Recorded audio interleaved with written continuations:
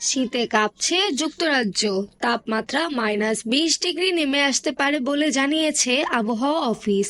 গতকাল বৃহস্পতিবার সর্বনিম্ন তাপমাত্রা -8.4 ডিগ্রি ছিল ইংল্যান্ড কামব্রিয়ার সাপে। রাতারাতি তাপমাত্রা আরও কমে ভয়াবহ শীতের কবলে পড়তে পারে যুক্তরাজ্য।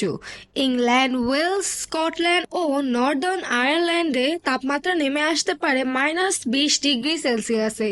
সেই সাথে থাকবে ভারী তুষারপাত। একই সঙ্গে বন্যা হতে পারে বলে ধারণা করেছেন ব্রিটিশ আবহাওয়াবিদরা। আবহাওয়া অফিসে এই বিপর্যয়ও অ্যাম্বার কোড নামে অভিহিত করে নতুন সতর্কতা জারি করেছে। বিশেষ করে ইংল্যান্ড জুড়ে 150টি বন্যা সতর্কতা জারি করা হয়েছে। এই সতর্কতা আগামী রোববার পর্যন্ত থাকবে।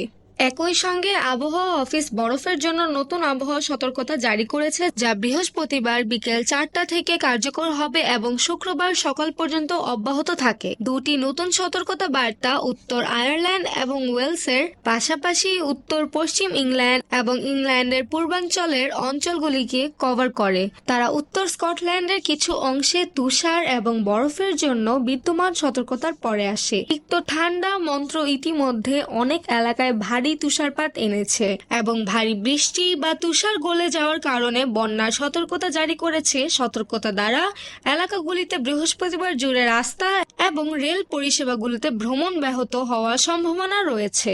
যুক্তরাজ্যের স্বাস্থ্য সুরক্ষা সংস্থা ইউকেএইচএসএ দ্বারা জারি করা এই সতর্কতায় বলা হয়েছে যে হিমাঙ্কের কারণে মৃত্যুর সংখ্যা বৃদ্ধি পেতে পারে, বিশেষ করে বয়স্ক এবং দুর্বল ব্যক্তিদের মধ্যে, এবং স্বাস্থ্যসেবার চাহিদা বৃদ্ধি পেতে পারে। গতকাল বুধবার স্কটল্যান্ডের টুলজ ব্রিজে রাতের সর্বনিম্ন তাপমাত্রা ছিল -7 ডিগ্রি সেলসিয়াস।